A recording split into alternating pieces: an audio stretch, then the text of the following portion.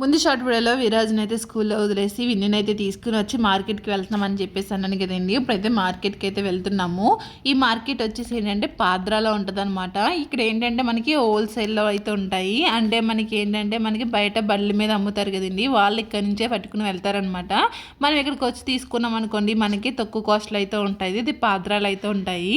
నేను వెళ్ళినప్పుడే కొంచెం ఎక్కువ తీసుకుని వచ్చేస్తాను. ఫస్ట్ ఏంటంటే ఉల్లిపాయలుని టమాటాలు మాత్రం ఎక్కువ తీసుకుని వస్తాను, ఎందుకంటే నేను ఎక్కువ బీన్స్, బఠానీ, శనగలు ఇలాంటి కర్రీస్ వండుతాను కాబట్టి అందులోకి ఉల్లిపాయ టమాటా అయితే ఉంటే సరిపోతాయి. వెజిటేబుల్స్ మాత్రం మెయిన్ ఏంటంటే బెండకాయలు మాత్రం ఖచ్చితంగా తీసుకుని వస్తాను, ఎందుకంటే మా అమ్మాయికి బెండకాయ ఎప్పుడంటే చాలా ఇష్టం అనమాట.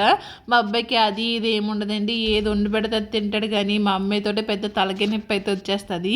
ఇంక బెండకాయ ఎప్పుడైనా ఇంకా చారు పెట్టేశాను, చింతపండు చారు. ఈవినింగ్ స్నాక్ అయితే పిల్లలకి స్వీట్ కార్న్ అయితే ఇచ్చానండి. అయితే నేను స్వీట్ కార్న్ ఎక్కువ తెస్తానమాట, ఎందుకంటే స్టోర్ చేసుకుంటాను. ఎప్పుడైనా ఫ్రైడ్ రైస్లు కానీ ఏదైనా రైస్ ఐటెం కావాలంటే మాత్రం అందులో వేసుకోవడానికి ఉంటుంది కదా అని చెప్పేసి స్టోర్ చేసుకుంటాను.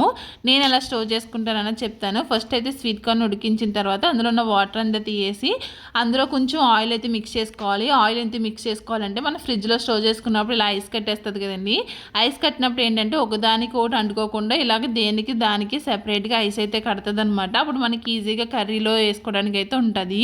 ఈ విధంగానే గ్రీన్ పీస్ కానీ ఇలా స్వీట్ కార్న్ కానీ స్టోర్ చేసుకుంటాను.